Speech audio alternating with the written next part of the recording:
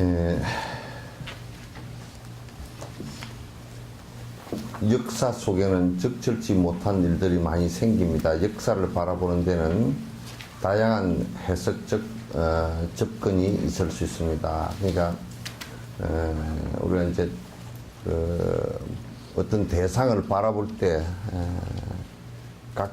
각각 다른 어떤 시각을 가질 수 있다는 뜻입니다. 그러니까 똑같은 그 새소리를 듣고서도 내 마음이 슬프면 이제 슬프게도 듣기도 하고, 내 마음이 또 즐거우면 즐겁게 듣기도 하고, 또 아무 관심이 없으면 새가 옆에 울었어도 울었는지 마는지 잘 모를 수도 있고 이제 그러잖아요.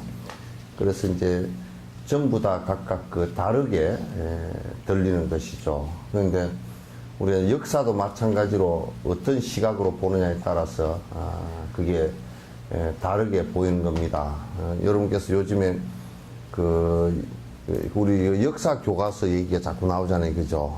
역사 교과서 얘기가 나오는데 이제 옳고 그름을 떠나서 옛날에 우리가 지금 살 길은 미국과 일본에 의지하는 수밖에 없다라고 생각하는 사람들은 또 이제 일제 점령당했던 것이 뭐가 그렇게 대단하게 나쁜 일이냐 이렇게 생각할 수도 있고, 또 이제 거기에 피해를 본 입장이라든지 수많은 또 사람들이 국가라는 것을 갖다 형성해서 피해를 보지 않고 살려고 했던 사람들, 또 피해를 받던 사람들, 이런 사람들은 또 한편으로는 그것은 우리 민족을 말살시키기 위한 것이다라고 이제 볼 수 있는 시각이 있습니다. 그러나 이제 옳고 그름에 관한 문제는 차치하고라도 그렇게 달리 볼 수 있다는 것이죠, 그죠?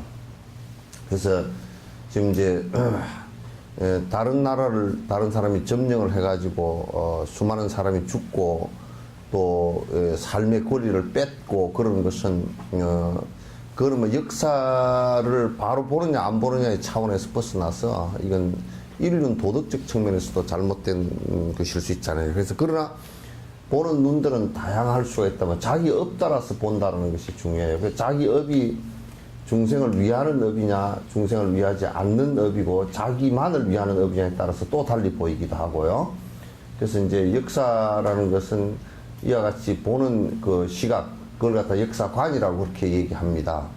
근데 그건 각각 달리 보일 수가 있죠. 달리 볼 수 있는데, 그러나 우리가 지금 어떻게 하면 좀 더 진짜 불행하지 않고, 서로가 불행하지 않고 좋은 인과를 지어서 살 수 있을까라고 했을 때는 또 남의 나라는 다른 민족을 침략해서 지배하거나 또 비지배인이 되거나 이런 관계가 형성되어서는 안 된다는 것은 지금 세계의 거의 공통적인 견해입니다.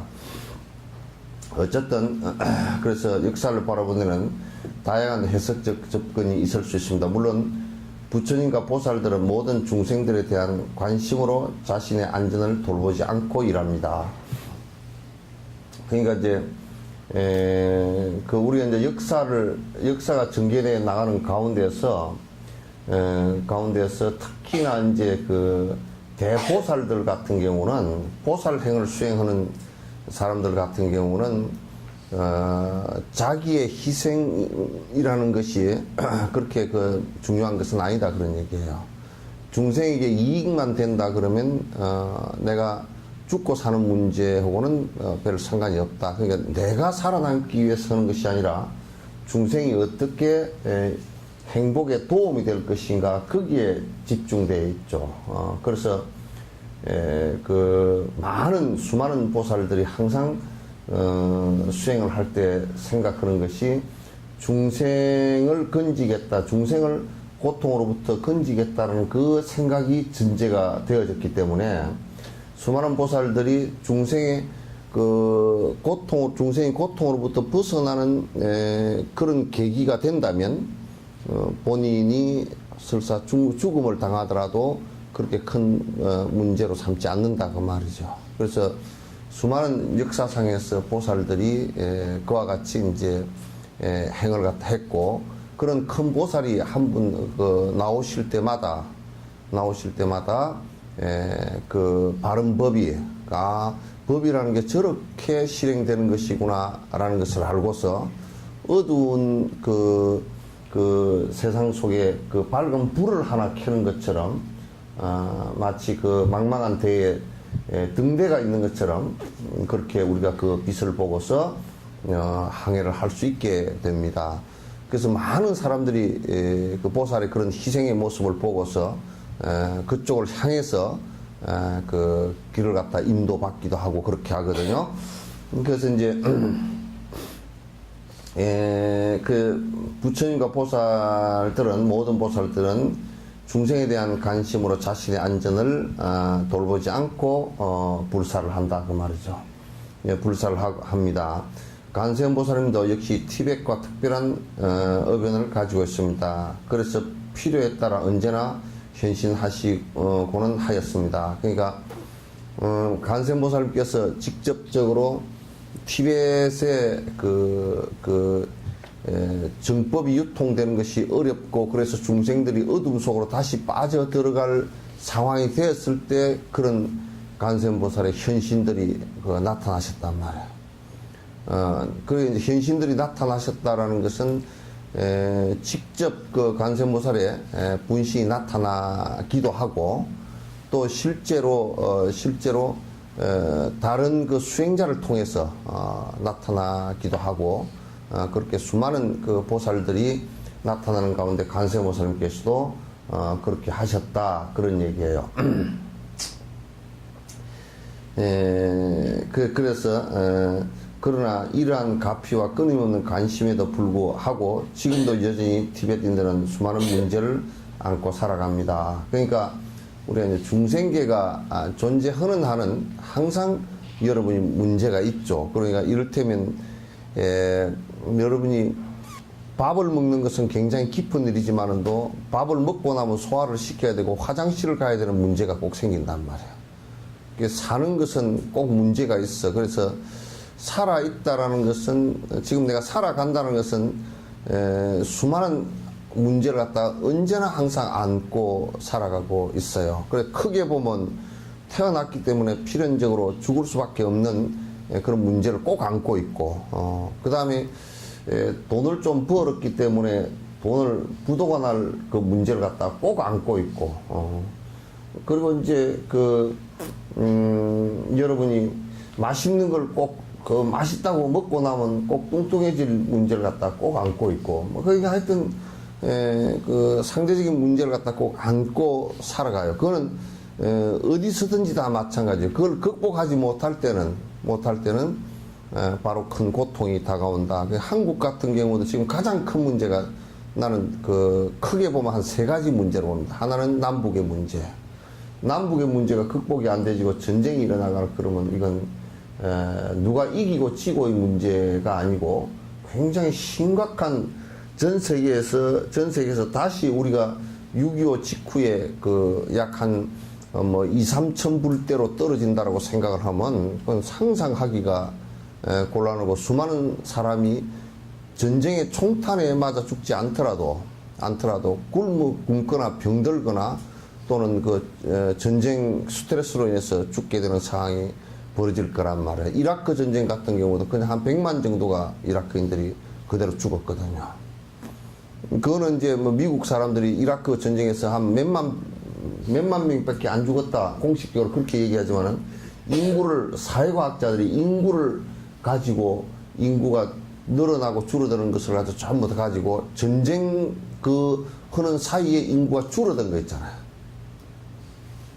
평소와 달리 확 줄어드는 것이 생겨요. 그러니까 전쟁 속에서 총을 안 맞아 죽지 않았어도 이를테면 여러 가지 각종 병에 걸려 죽었다든지, 또는 굶어 죽었다든지, 또 놀래서 죽었다든지, 또는 아들이 전쟁터에 나가서 죽었는데 심장마비가 걸려 죽었다든지, 이렇게 그런 사람은 전쟁에서 직접 죽은 그 통계 속에 들어가지도 않거든. 수없이 많은 희생을 갖다 당할 수밖에 없는 것이 이제 현실이에요. 그래서 이제 한국 문제는 그 다음에 이제 하나가 빈부격차의 문제란 말이에요. 남북한이 통일이 된다 손치더라도 해결을 해야 될 가장 큰 문제 중에 하나가 북한의 빈곤을 갖다 어떻게 그걸 갖다 크게 차이가 나지 않고 우리가 살 수 있게끔 만들 것인가라는 문제가 또 하나 있잖아요. 그죠? 또 그렇게 됐다 손 치더라도 저 독일 같은 경우는 그 주변 국가들이 그렇게 큰 국가들은 없어요. 통일을 할 때 주변 국가들이 다 그만 작은 국가들이 많은데 우리는 그 주변 국가가 중국 크지, 일본 크지, 미국 크지, 러시아 크지, 전부 다 이게 그 4개국이 전부 다 이해가 달라요. 우리나라에 대한 생각하는 그 이해가 달라요. 중국은 우리나라가 통일되면 저거들 그 국경에 바로 미군과 한국군을 접하게 되는 것이 두려워요. 한국이 옛날부터 한국이라는 나라가 그 중국의 가장 골치 아픈 나라 중에 하나였으니까.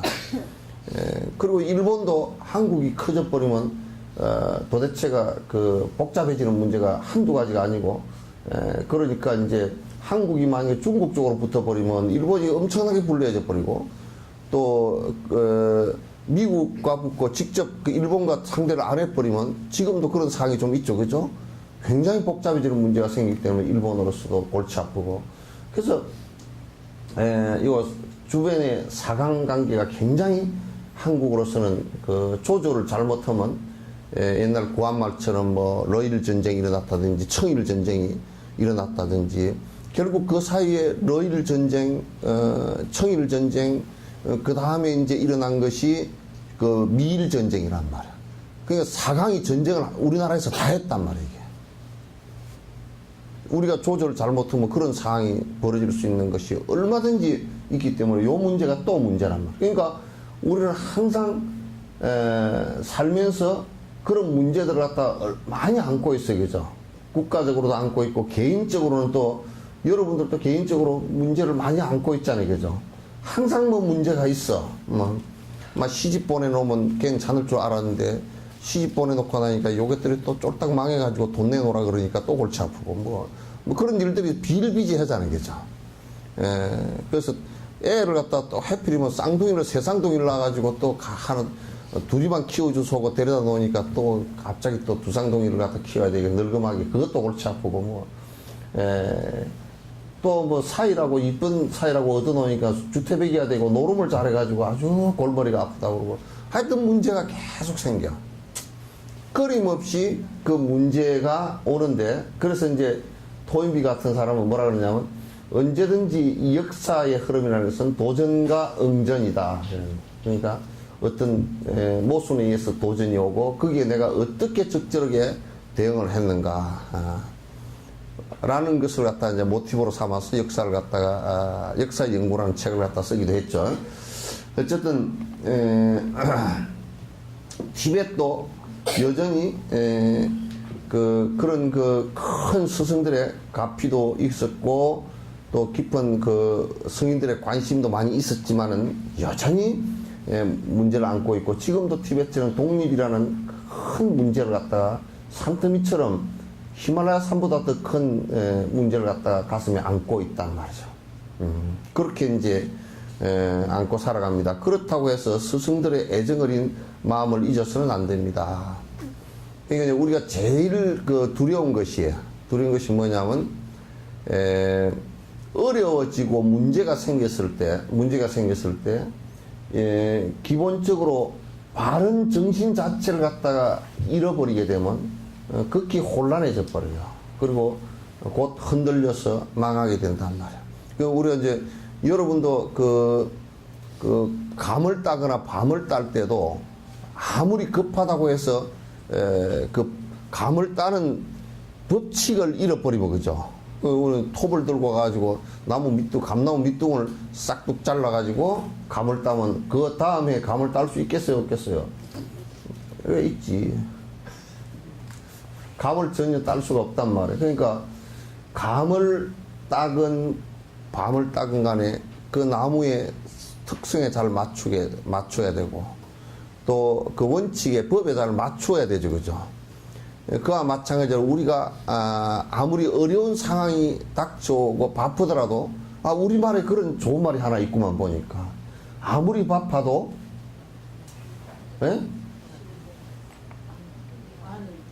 있잖아.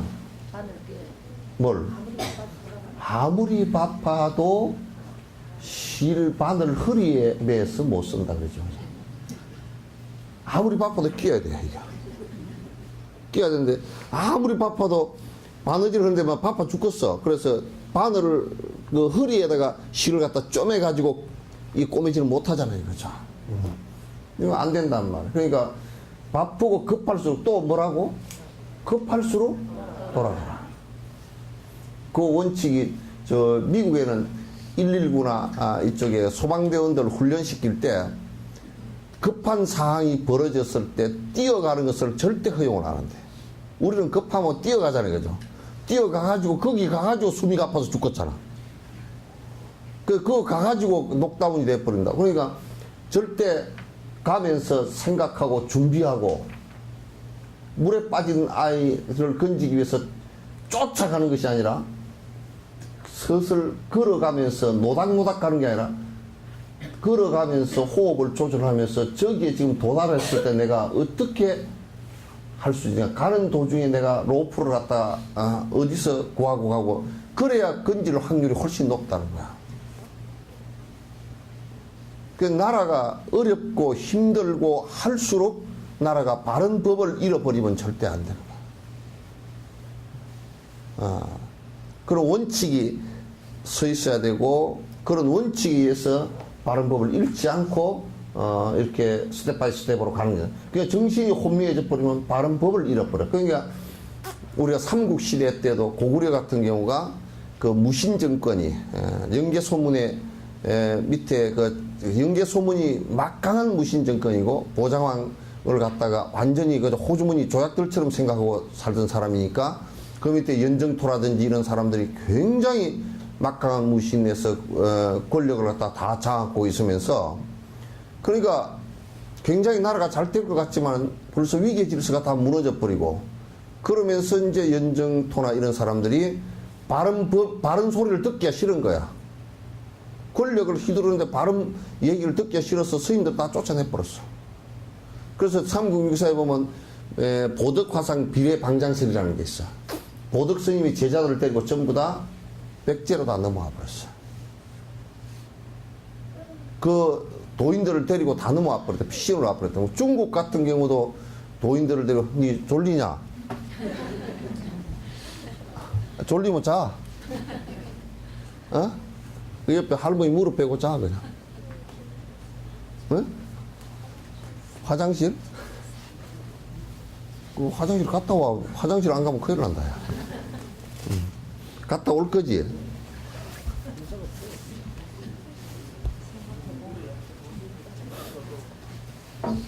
또 지가 화장실 자.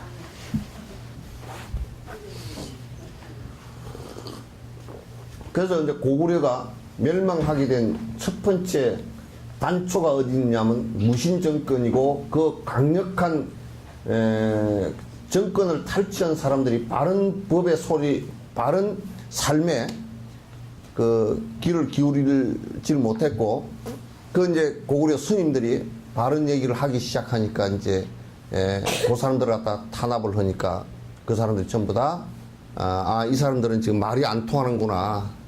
그래서 제자들을 데리고 전부 다 떠났단 말이야. 그렇게 돼버리면 이제 망하는 거야. 왜? 바로 살아가는 법이 없으니까.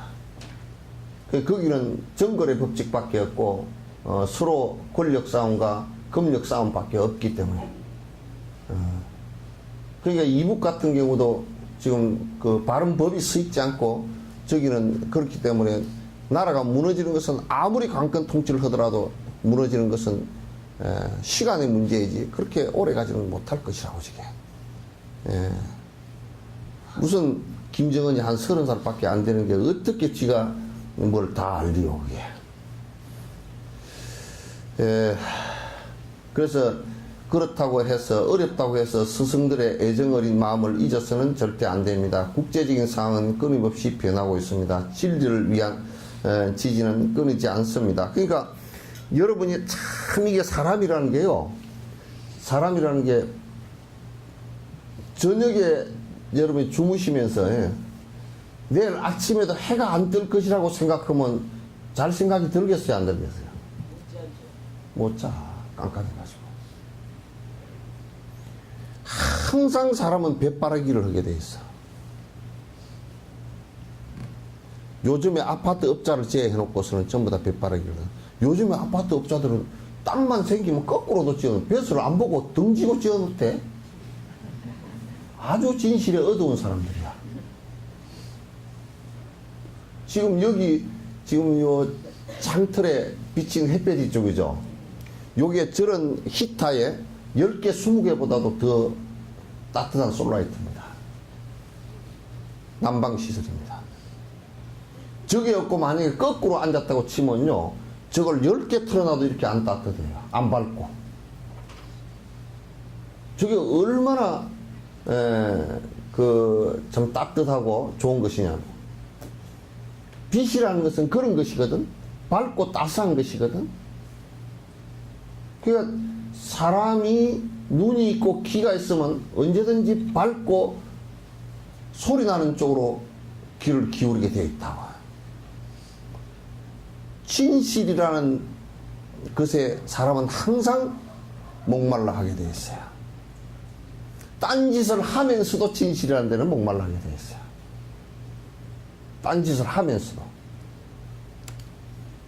여러분, 밤에 주무시다가 불 꺼놓고 주무시다가 화장실에 가려고 하면 제일 먼저 뭘 해요? 불 켜지. 불을 안 켜고 가다가는 문을 들이받거나 무슨 문지방을 들이받거나 뭐 엎어지거나 문제가 생기겠지. 그래서 참 사람은 진실과 사실과 그 다음에 밝음과 따스함으로 귀와 눈을 갖다 집중시키게 되어 있어요. 그래서 행복해지는 길도 우리가 비유를 하자 그러면 겨울에 엄지 쪽으로 앉아있는 집은 상당히 사실은 춥고 고통스럽다고. 돈도 많이 들어가고. 그러나 양지 쪽으로 앉아있는 집은 따스하고 돈도 적게 들어가고 밝고 좋단 말이야. 진실이 통하는 곳에는 그와 같이 아름다움이 있어요. 그와 같은 아름다움이 있어요.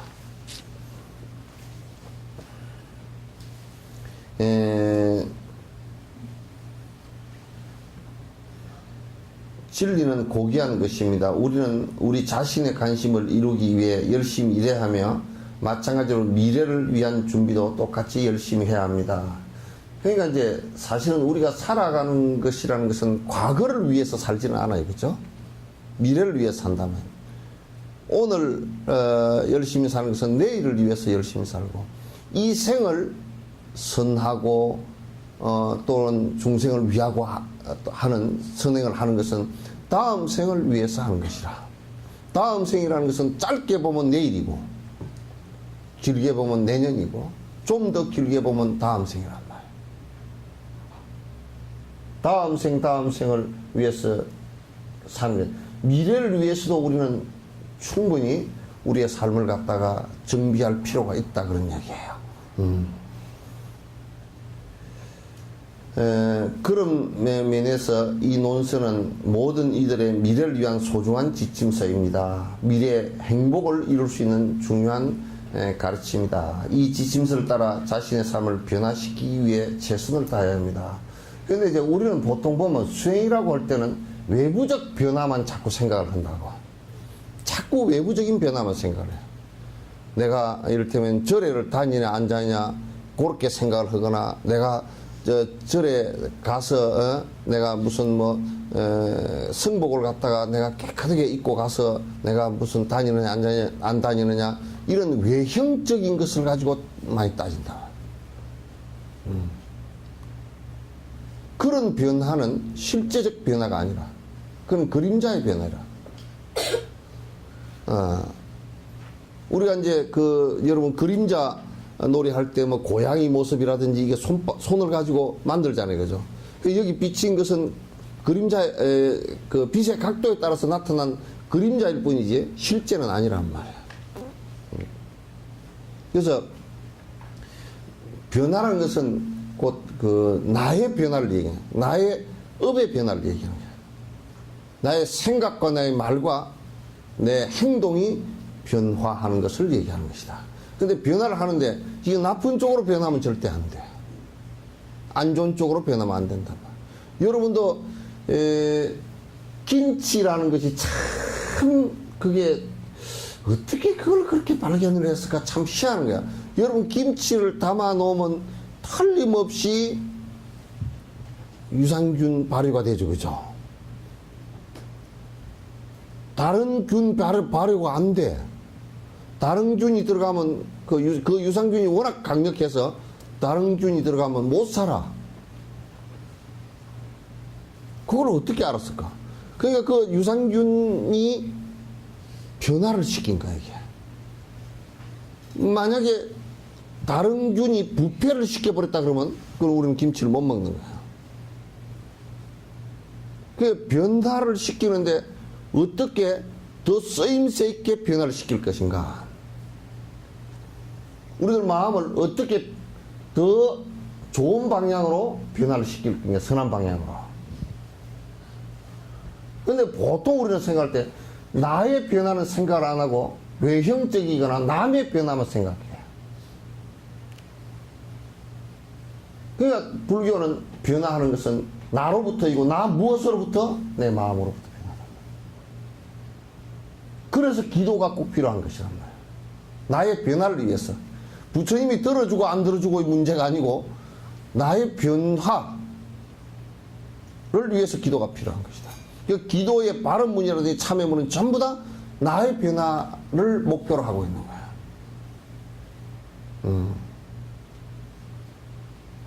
내가 변화하지 않았을 때는 이 세상은 변화할 게 없다. 그러니까 우리는 자꾸 이제 고속도로를 잘 닦아놓고 집을 빌딩을 뭐 100몇 층짜리를 짓고 그런 것이 엄청난 변화이고 그것도 미국에서는 뭐 달나라도 가고 화성으로도 가고 그러니까 엄청난 변화 같지만은 사실은 마음속에서는 변화된 게 없어요.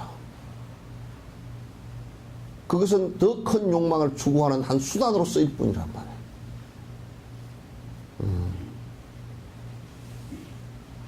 그러니까 내가 변화할 수 있을 것이다라는 것이 수행의 스타트, 시작이에요. 내 변화라는 것은 곧 내가 마음이 변하고 내 말이 변하고 내 행동이 변하면 내 외부 모양도 바뀌게 돼 있어요. 우리 간단하게 아유 나는 모피를 내가 동물들이 아주 그 불쌍해서 내가 모피를 입을 수가 없어. 그러면 내 생각이 그렇게 돼버리면 그 다음에 내가 말도 나는 모피를 안 입을 거야. 그 다음에 행도 나는 모피를 갖다 안 입게 되는 거야. 마음이 변하면 그렇게 변해간단 말이야. 마음에서 모피 입으면 어때? 그러면 말도 아니 모피 좀 입으면 어때? 그 누가 아니 모피 입으면 여수 같은 데는 떠 죽겠더라. 그만 입지 말라고. 여수에서 뭐 모피 입을 때가 몇 번이 되겠어. 그 보관하고 잘못하면 그 안에 단백질이 돼가지고 뭐가 다 먹어버린대. 예? 좀이 다 먹어버린대. 그래서 나는 기도를 내가 했다고. 여수에서 모피 갖고 있는 사람은 좀이 싹 다 먹었어서. 한번 구멍을 11군데만 내버리면 못 입을 거 아니야?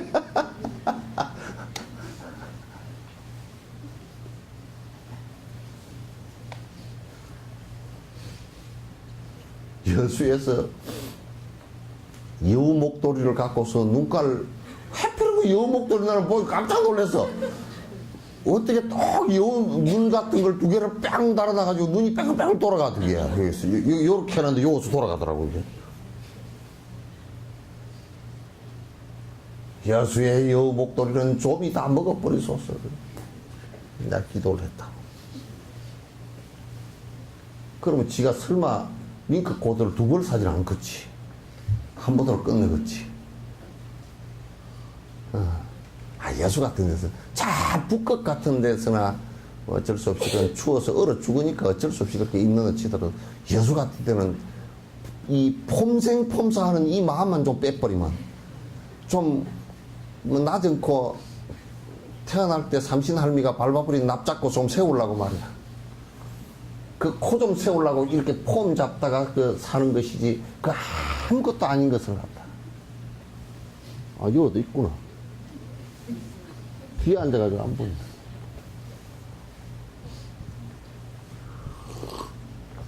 그래서 그 수행이라는 것은 내가 변하는 겁니다. 부정적인 데서 대답 잘한다. 부정적인 데서 긍정적으로 내가 변해가는 거야. 여기서 부정적인 것이라는 것은 중생들에게 이익이 안 되는 것으로부터 이익이 되는 쪽으로 변화하는 것이에요.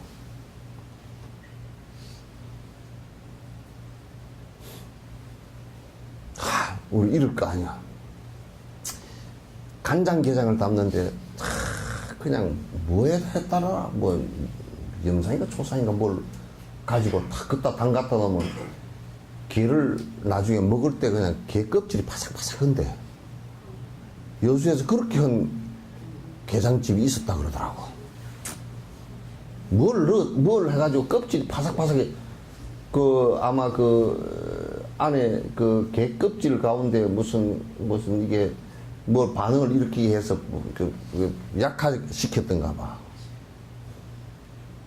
그럼 그 사람 마음 속에서는 이게 사람들에게 건강에 도움된다는 생각을 하나도 안 했을 거 아니야. 그 사람 마음은 어떻게 하든지 돈만 벌면 된다는 생각을 했을 거 아니야. 근데 이게 이 간장게장이 사람들에게 참으로 건강에 도움이 됐으면 좋겠다라고 생각했다면 그걸 못 하겠지. 그 마음이 있으면 그걸 수도보고 못 하는 거야. 그렇죠? 네.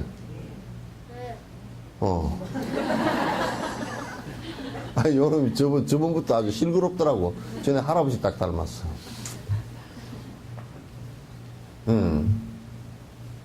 그렇게 우리가 마음이 변화하면 내 말도 변하고 행동도 변하고 또 내 모양도 변하고 사는 모습도 변하고 다 변해. 그러니까 이게 전부 다 일체유심조라. 그래서 내 마음의 변화에 따라서 내 주변이, 내 몸이, 내 눈빛이, 내 생각이, 또 내 행동이 다 변한다는 뜻이야. 그 우리가 이제 요렇게 놓고 보면 저 사람이 안 이쁘다라는 것은 왜 안 이쁘죠? 응? 못생기시니까 안 이쁘다고? 지 마음이 못돼서 그런 거지.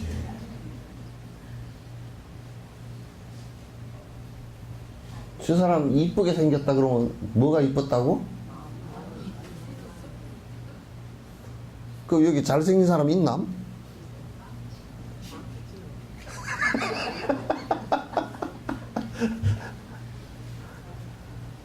아이고.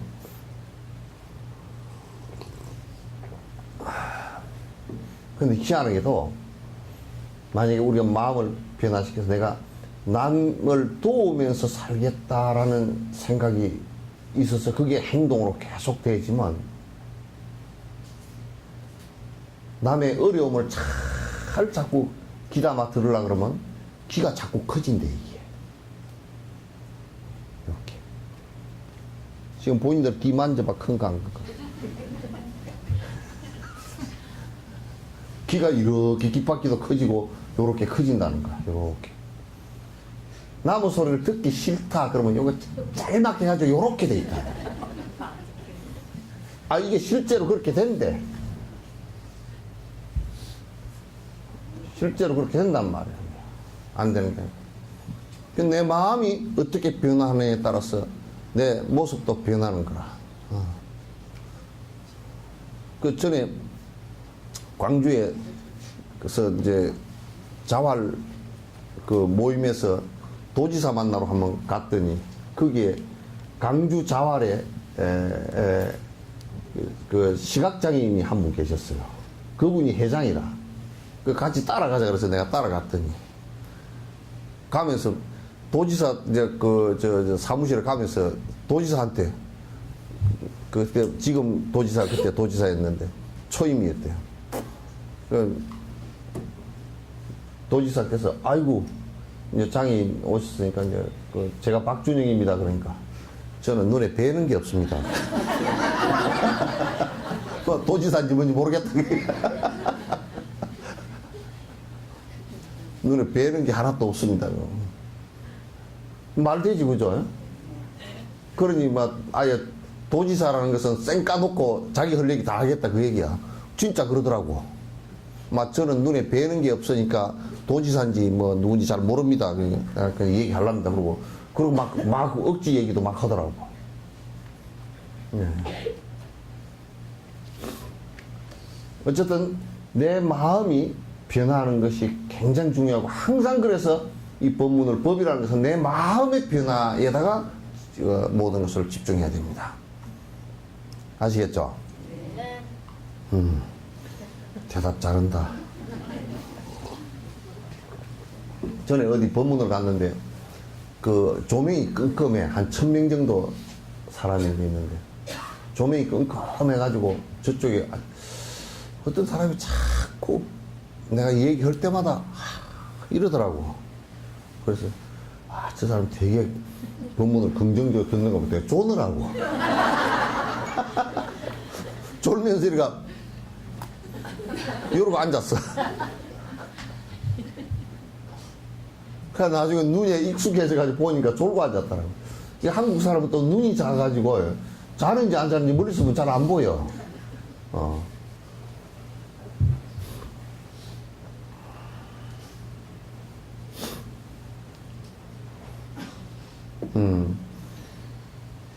부처님의 가르침에 따르면 긍정적인 자세를 개발하는 것은 아주 중요한 일입니다.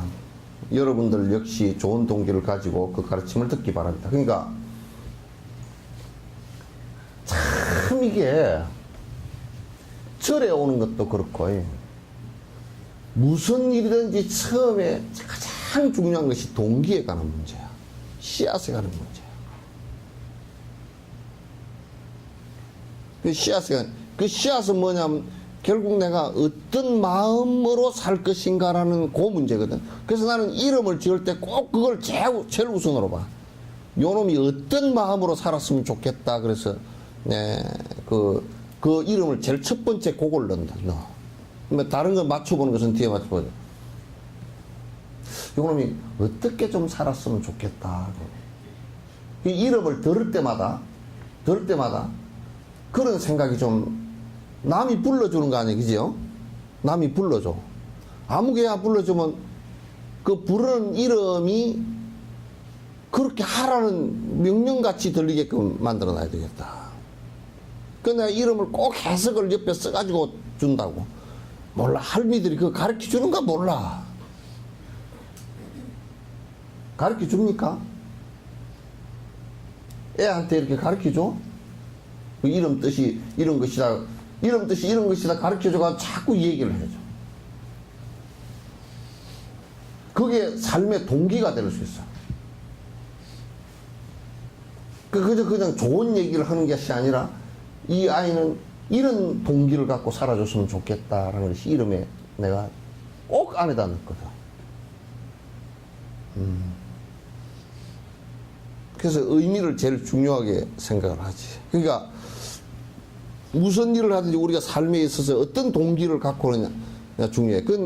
그 일을 했다라고 해서 그게 정당한 것이 아니고 어떤 동기를 갖고 했느냐가 정당한 거야. 그러니까 우리가 풀을 다 뽑았다. 풀을 뽑았는데 뭘 하려고 풀을 뽑았는지가 있어야 돼. 제일 신경질나게 밭에 풀 뽑기 싫은 게 뭔 풀인 줄 알아요? 예?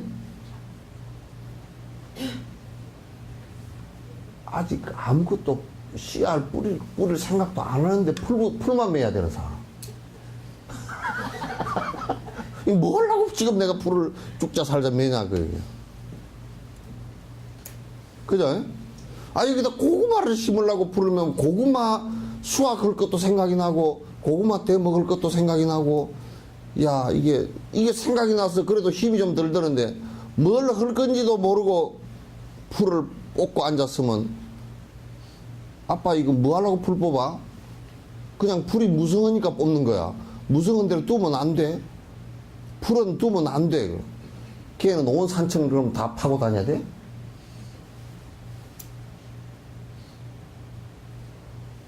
그래서 내가 그 얘기를, 비유를 자주 한다니까. 동기 자체가, 씨앗 자체가, 우리가 밭을 그냥 빈 밭을 보고는 밭이라 그래. 이름이 붙을 때는 깨밭, 콩밭, 수수밭, 옥수수밭 그러잖아, 그죠? 옥수수밭에는 뭘 심어서 옥수수밭이야? 와, 이거 봐봐. 알잖아.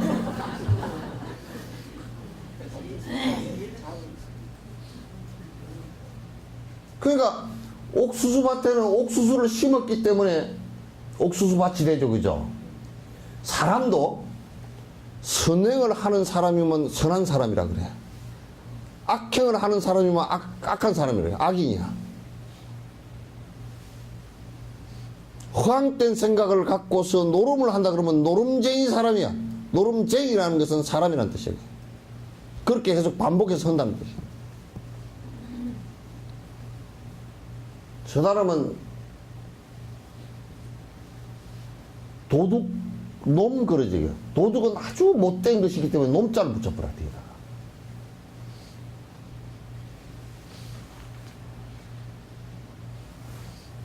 그러니까 우리가 무엇을 할 때 어떤 동기로 하느냐. 그게 가장 중요해.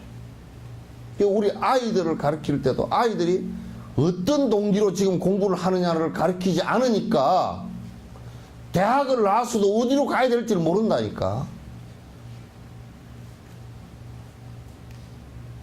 옛날에는 학교에 다니고 한 것은 옛날에는 전부 다 뭐 때문에 다녔어요? 배고파서. 어떻게든지 공부를 해서 내가 배고픈 걸 면하게 해야 되겠다. 그래서 지금 한 50대, 60대, 70대 된 사람들은 어떻게든지 우리 가족이 배를 골지 않아야 되겠다. 그래서 그 가장들이 그래서 엄청난 스트레스를 받고 이직을 하고 싶어도 딴 이 직장을 때려치우고 싶어도 못 때려치우고. 왜? 굶으면 안 되니까. 이제 요즘 애들은 뭐냐면, 요즘 애들은 안 그래. 굶든지 말든지 뭐. 입에 거미줄 죽었어 그러고 살아. 밥 못 먹고 라면 먹지 뭐.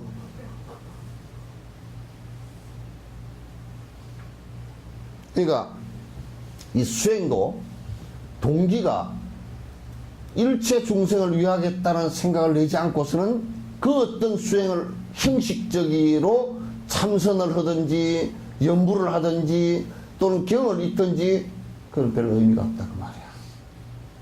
중생을 위하는 보리심이 동기란 말이에요. 절이 있는 것도 중생을 위하는 절이 아니라 그러면 그건 의미가 없어. 중생에게 피해만 되는 거야.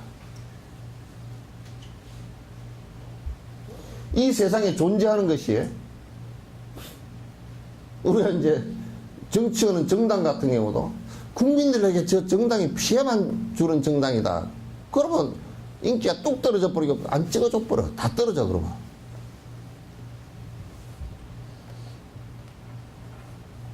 그러겠죠? 그래서 그 동기가 매우 중요하다는 것을 갖다 꼭 전제가 되어줘야 돼요. 그래서 이제 우리 불교 안에서, 교단 안에서 미신적 동기를 가지고 불교를 믿는, 불교 절에 다닌다 그러면 그건 대단히, 그건 귀신 푸닥거리 얘기야, 전부 다. 그건 뭐, 전국적으로 지금 아주 문제가 커.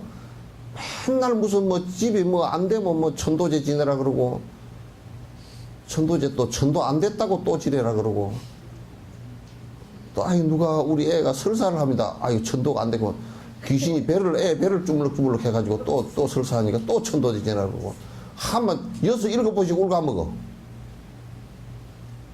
아, 차도, 보이차도 6, 7번 넘어가면 맛없어.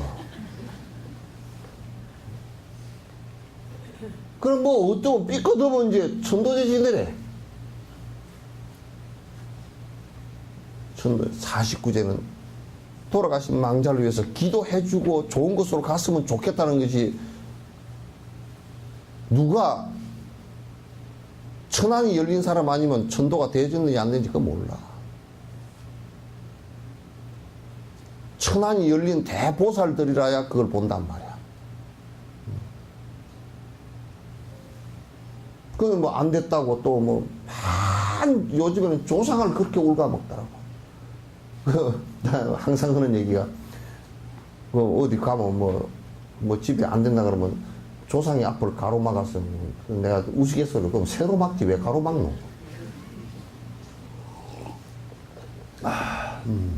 새로 막으면 될 거 아니야, 이렇게.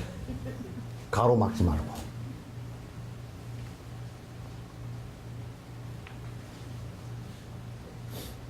근데 이름 뭐냐? 빨리 얘기하면 뭐 맹꽁이다.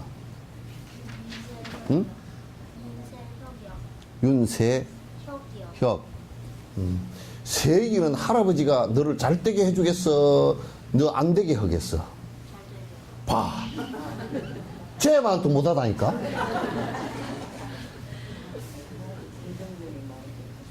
아니, 긍정적이건 부정적인 간에 어떻게 내 할아버지 할머니가 나를 가로막겠느냐 그 말이요. 여러분은 심정적으로 생각해봐. 내 귀한 손자, 정손자를 갖다가 잘 되게 도와야지 어떻게 가로막겠냐 그 말이야. 그거 거짓말 아니야 전부 다.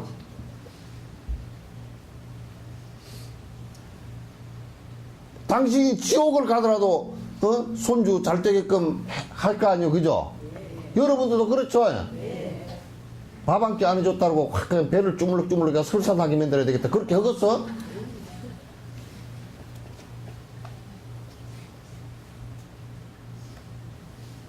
맞지? 네. 그래 막 할배가 무지무지하게 너를 위할 거란 말이야. 네가 안 되는 일이 있을 때는 할배가 옆에서 도우려고 되도록 도우려고 그럴 거란 말이야. 그지? 네. 근데 네가 할배 제사 잘 지내야 되겠어 안 되겠어? 잘 지내야 돼. 봐라. 아니 저게 정답이라니까. 그렇게 그냥 딱딱 얘기해놔야지. 뭘 귀신 씨나를 까먹는 얘기로 뭐 천도를 갖다 안 해가지고 조상이 앞을 가로막고 세로막고 누워서 막고 그렇게 하겠느냐.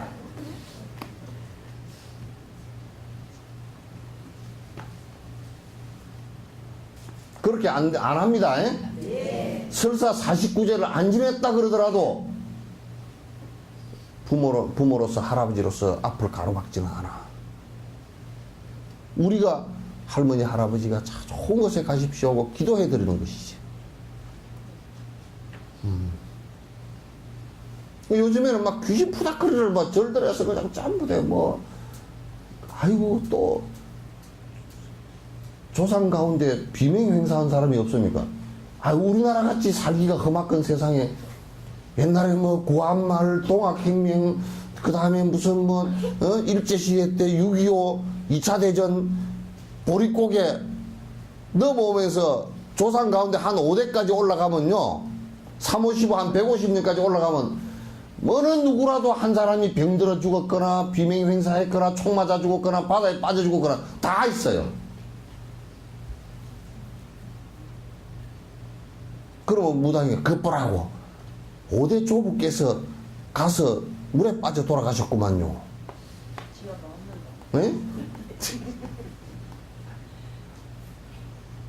그런 헛소리를 해가지고 사람을 갖다 공포심으로 몰아넣어가지고 그 돈을 벌어먹고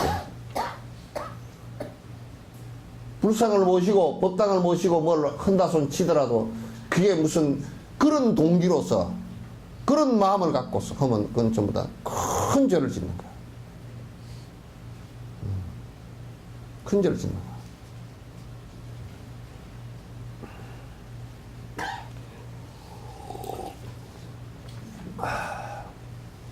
그리고 나는 이 한량없는 공간의 모든 중생을 위해 완전한 깨달음을 성취하고자 이 위대하신 까밀라 신라의 수행차제 중편을 들으리라. 첫 번째 뭐냐면 이 수많은 중생을 갖다가 행복으로 이끌기 위해서 이 법문을 듣는다. 이렇게 하면 법문 듣는 동기가 딱 맞다 그 말이야. 진옥스님이 얼마나 떠드나 보자. 그리고 그것도 안 맞고.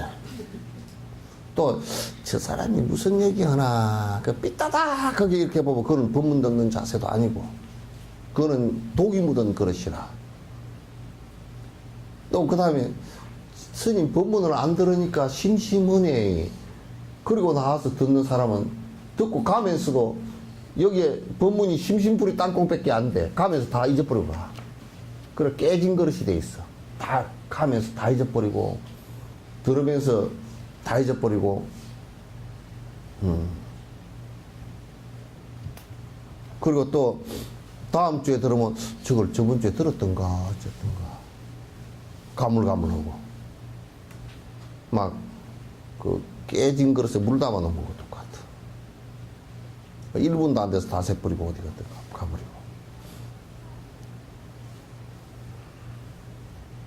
라고 생각해야 됩니다. 몸과 말과 마음의 어떠한 행위도 기본적으로는 그 성품의 동기에 의해 결정됩니다. 그러니까 절대적으로 중생을 위한다는 생각을 가지고 해야지, 그렇지 않고 다른 동기로서 하게 되면 결국 다른 결과가 나와버려요. 결국 다른 결과가 나와버린다. 그러면 그건 문제가 심각한 거지.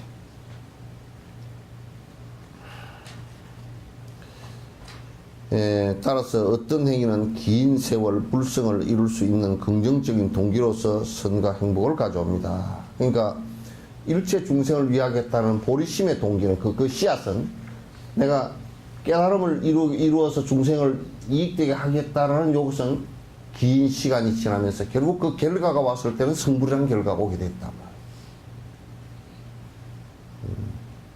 그렇지 않고 믿으면 그건 자기가 믿는 결과가 왔을 때는 그걸 거치게 돼 있어. 왜? 우리가 나무를 심었을 때 과일이 달리면 그 농사 다 지은 거 아니야, 그지? 그 내가 탱자나무를 심었으면 탱자가 달릴 수밖에 없고, 유자나무를 심었으면 유자가 달릴 수밖에 없잖아요.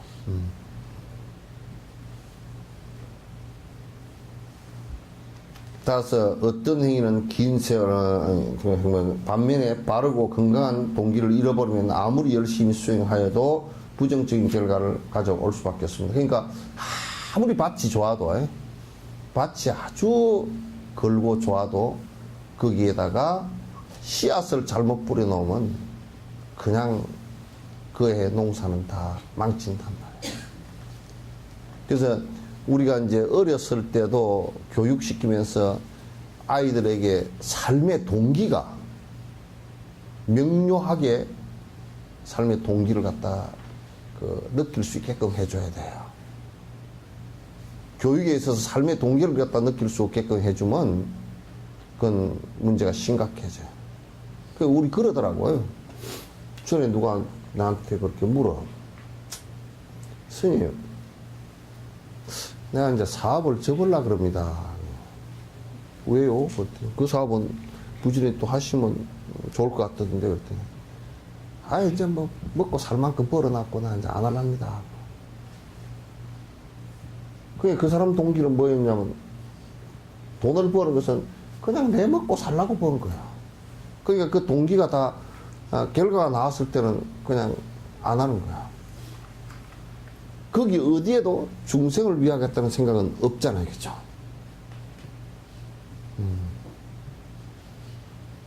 중생을 위하겠다는 생각이 없으니까 내가 내 먹고 살맛이는데 그만하지 뭐.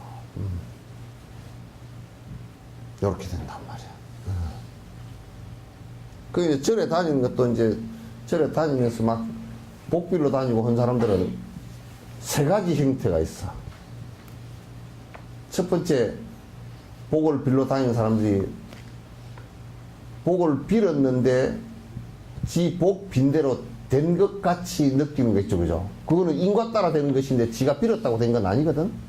그럼에도 아이고 수능 시험을 봤는데 애가 점수가 잘 나왔다 이것을 아이고 부처님 덕에. 그럼 부처님 덕 아니요, 애 덕이지.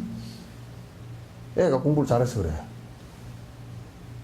부처님 덕에 애가 공부를 잘했다고 그러면 병원에서 의사가 치료를 했는데 하나님 덕에 잘 나왔다 그러면 병원을 왜 가? 가지 말지. 그것도 의사가 옆에서 그러면 안 되잖아.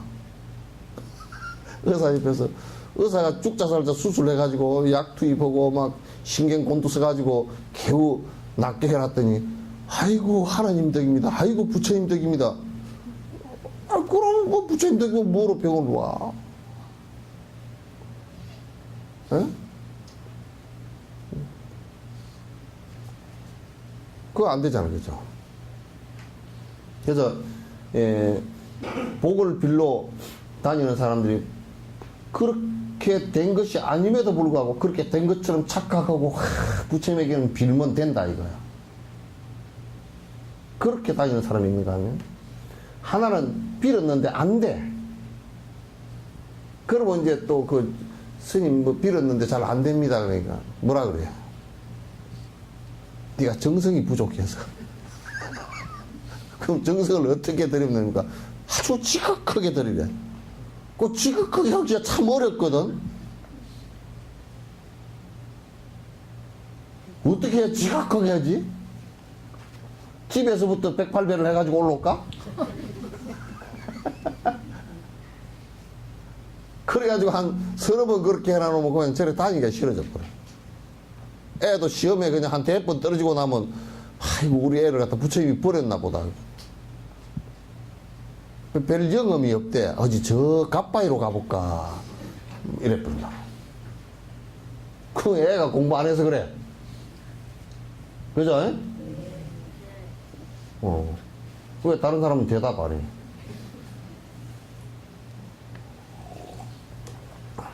또 이제 복비로 다니는 사람은 또 그럼에도 다니는 사람이 있어. 이도 저도 아니고 맹 해가지고 다니는 사람이 있어. 뭐 이루어졌건 말았건 간에 그냥 뭐 맹 해가지고 판단력도 없이 가세 그러면 하 가세. 집에 갑시다. 하 집에 가세.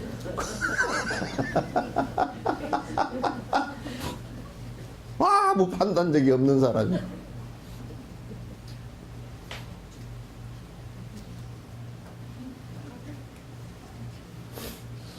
그래, 그 세 부류들은 완전히 미한 부류들이 아주 형편없이 미한 부류들이야, 미. 아름다울 미자 말고 말이요. 요 미자야. 요게 쌀이거든? 그죠? 책받침이에요. 오늘 가가지고 쌀을 갖다가 한 대알을 책받침에다 놓고서 요렇게 봐. 어디 굴러갈 걸 몰라가지고 뺄랑갈랑갈랑 이렇게. 이쪽으로도 땡으로 못 굴러가. 쌀은 럭비공보다도 더 원이 이상하게 생겼잖아요. 그죠? 길쭉한 데다 납작하고 그래가지고 잘 굴러가지 못하고 알랑알랑 책받침에 쌀이 어디로 굴러갈지 모르게 이렇게 한다고 해서 이 밑자를 이렇게 써놓은 거야. 책받침에 쌀이라고. 그럼 미한 중생이라 그래요.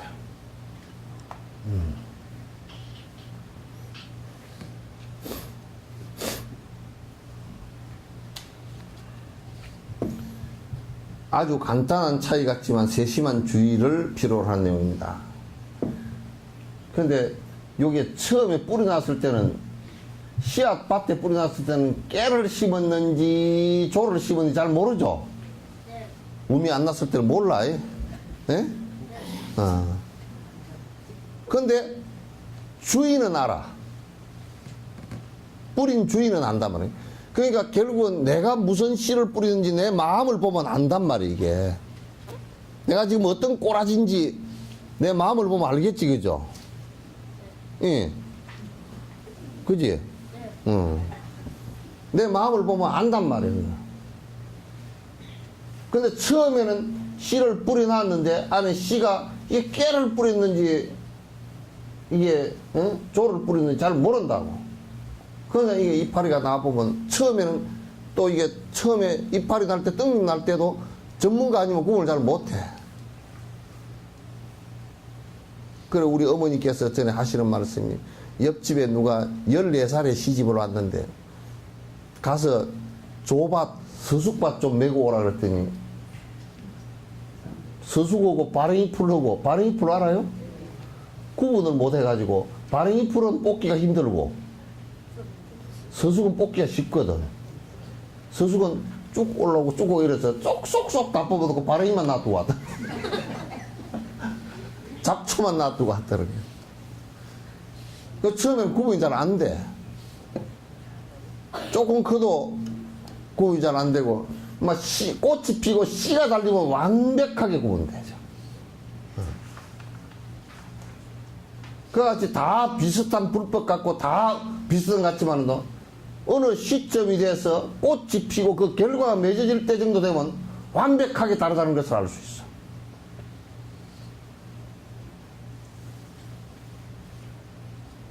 아시겠죠? 네. 니는 참 대답을 정말 잘한다. 대답을 그래. 선생님한테도 그렇게 대답하냐? 선생님, 학교 가면 선생님한테 대답해? 에? 에? 에? 대답 안 해? 손만 들어가지고, 1 더하기 1은 얼마냐? 그러면, 네.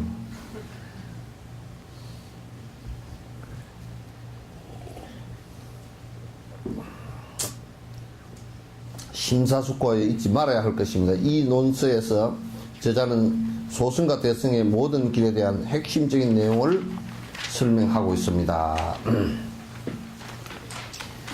그러니까 대소승을 갖다 구분할 필요가 사실은 없다 그 말이야. 그러니까 이제 그 대승 안에는 전부 다 소승이 다 포함되어 있는 것이에요. 또 소승을 한다고 그러더라도 대승을 모르면 사실은 불법을 제대로 모르는 거야. 모르는 거란 거야.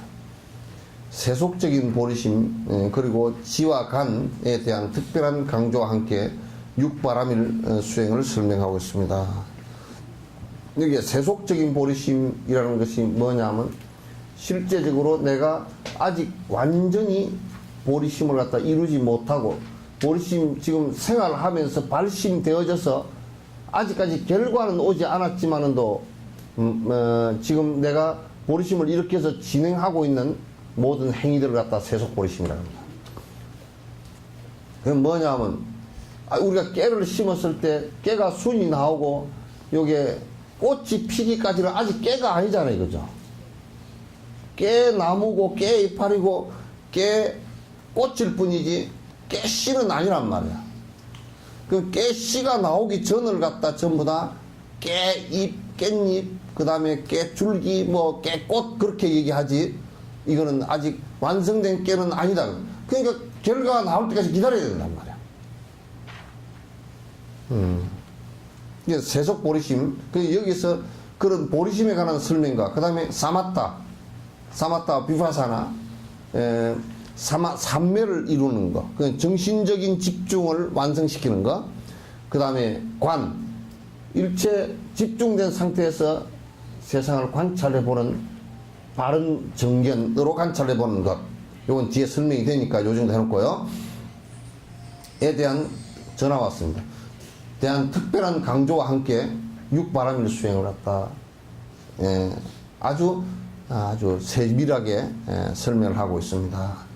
불교 수행에 처음 입문하는 사람들이나 아직 수행의 과정과 행식에 익숙하지 않은 사람들은 이 논서에서 가르치고 있는 핵심적 의미를 갖다 이해하려고 꼭 노력을 해야 됩니다.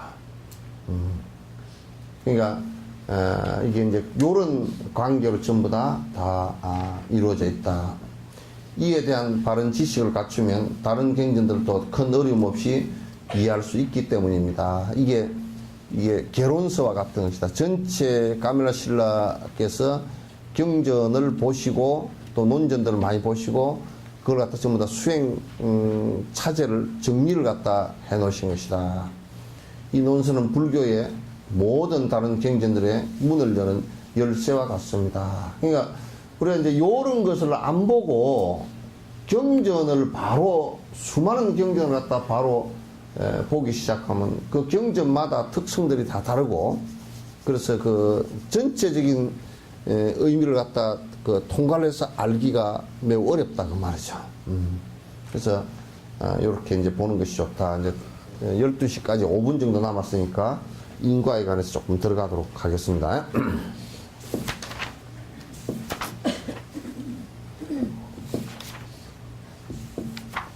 첫 번째 이제 불교라고 얘기할 때 불교의 핵심 철학이 뭐냐? 그 연기 사상이에요. 그러니까 연기라는 것은 원인과 조건에 의해서 변화하는 얘기를 갖다가 설명해 놓은 거야.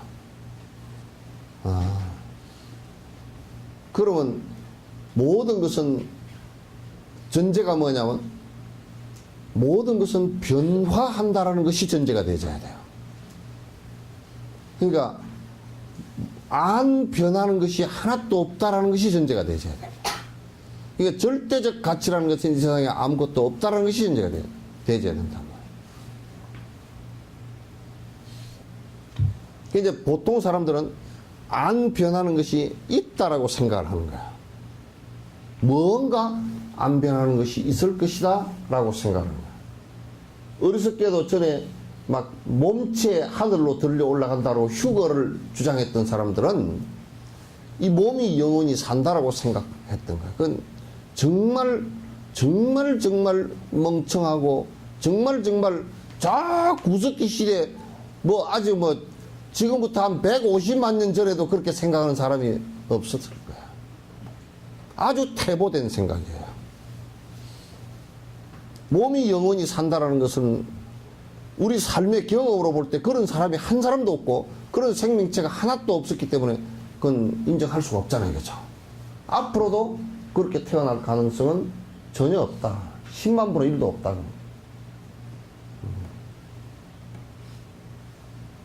그러니까 또 어떤 사람들은 그러면 어떤 뭐 정신이나 이를테면 나무도 또는 그 바위도 산도 정령이 있어가지고 그 정령 자체는 안 변하고 그런 것이 있지 않느냐. 정령 신앙 같은 게 토테미즘이지. 그런 것이 있다라고 생각을 하는 거야. 그게 조금 더 발달되면 유일신 체제에서 그런 정령이 사람에게도 그런 정령이 있는데 그 정령이 내가 지금 믿고 잘 따르면 천국으로 가고 못 따르면 지옥으로 갈 것이다 이렇게 생각하는 거야. 그런데 실제로 그런 것은 존재하지 않는다 그 말이야. 그러면 이제 이 세상은 어떻게 존재하느냐? 요거는 이제 근대 과학이 증명을 거의 다 해내고 있단 말이에요. 상당 부분 증명을 많이 하고 있단 말이에요. 전부 조건들의 모임이야. 어떤 변치 않는 것이 있어서 그렇게 된 것이 아니고 전부 다 조건들이 모여서 그렇게 된 거야. 그 물이라는 실체가 있는 것이 아니고 H2O 수소와 산소가 모여서 물이 됐다. 그걸 분해시키면 물이라는 실체가 없어. 그러죠? 네. 분해시키면 아무것도 없단 말이에요. 그러니까 분해시켜 놓고 보니까 물이라는 것도 수소와 산소로 분해돼 버리고 물이라는 실체가 없단 말이에요. 물이라는 실체가 있다면 그게 정령이나 뭐가 있다면 분해했더라도 뭐가 남아있어야 될 거 아니에요. 남아있는 게 없다 그 말이죠. 그래서 그 본질을 갖다 공성이라 그런다고. 공이라 그런다고. 그렇기 때문에 이 세상은 전부 다 조건과 조건들의 모임일 뿐이야. 그래서 계속 변화해 가는데 그 변화하는 그 파워, 힘이 뭐냐면 그런 반복된 힘이야. 그러니까 그걸 음력이라 그래. 예. 그러니까 우리가 이를테면 지금 오늘이 존재하는 것은 그 앞에 삶이라는 것이 계속 반복되어 왔기 때문에 오늘이 존재하지, 그죠? 그러니까 오늘 삶이 존재하고 반복함으로써 오늘 또 밥 먹고 오늘 자고 그럼으로써 내일이라는 것이 또 형성이 된단 말이에요. 내일은 또 오늘의 내일이라는 것이 없고 다가왔을 때는 오늘이라고 또. 그 반복되는 그 행위 자체를 갖다가 까르마, 업이라고 한다. 그것에 의해서 계속 존재를 해나가고 있다. 근데 그게 존재하는 방식에 있어서 분명히 룰이 있어. 그 룰은 인과다, 그런 얘기죠. 룰은 전부 다 인과다. 그 원인과 조건에 의한 생긴 결과다, 그 말이에요. 불교에서는 이걸 안 믿으면, 여러분이 이를테면 만약에 이걸 모르면 말이에요, 불교를 전혀 몰라. 인연 따라서 일어났다 인연 따라서 사라지는 이걸 모르면 불교 자체를 갖다 아예 몰라버려. 예. 그러면 이제 이게 이론이 경강부에서 옛날에 카톨릭이 얘기했듯이 지구는 내보가 나고 무슨 지구는 그 자리 가만히 있고 태양이 지구를 따라서 돌고 이렇게 생각했던 그런 경강부에 한 잘못된 이론이냐면 지금 과학이 증거를 가지고 증명을 해봐도 다 맞는 얘기가 된단 말이에요. 그러니까 사실에 부합한다는 팩트라는 얘기예요. 아시겠죠? 그렇게 이제 여러분도 인과가 분명하잖아요. 밥 먹고 나면 화장실 가죠. 밥 먹고서 화장실 안 가는 놈은 딱 한 놈밖에 없어. 찐득이. 찐득이. 소에 붙어있는 찐득이. 그건 똥구멍이 없거든. 그럼 뭐냐면 배가 똥똥해지면 똑 떨어져. 떨어져가지고 배 안에서 전부 다 씨가 알이 다 깨져가지고 전에 엄마 배를 갖다 다 뚫고 나오는 거야. 그렇게 번성을 하거든. 요즘 막 그냥 살인 진드기 그런 사죠, 그죠? 그거란 말이야.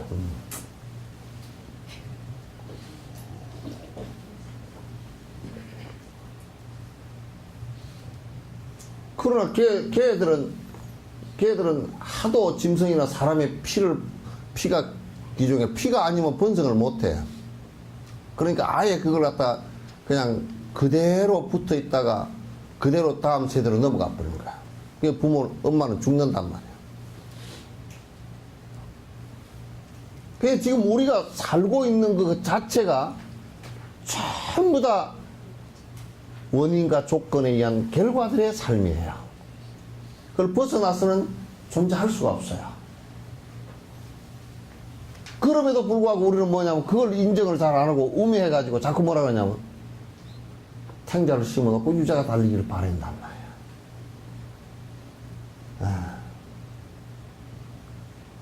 그래서 지금 불법은 어떻게 해서 유자를 생산하려고 그러면 유자나무를 어떻게 골라서 어떻게 심고 가꾸느냐, 이것에 관한 얘기들이에요.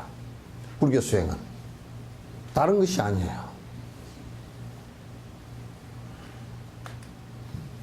그래서 이제 이 본문에 들어가서 이제 인과라는 것을 사실은 제일 첫 번째 그 제목으로 내놓은 거예요. 그 인과를 이해하지 못하고서는 불법 자체를 갖다 이해하기 어렵다라는 거예요. 자, 오늘은 이제 여기까지 하죠.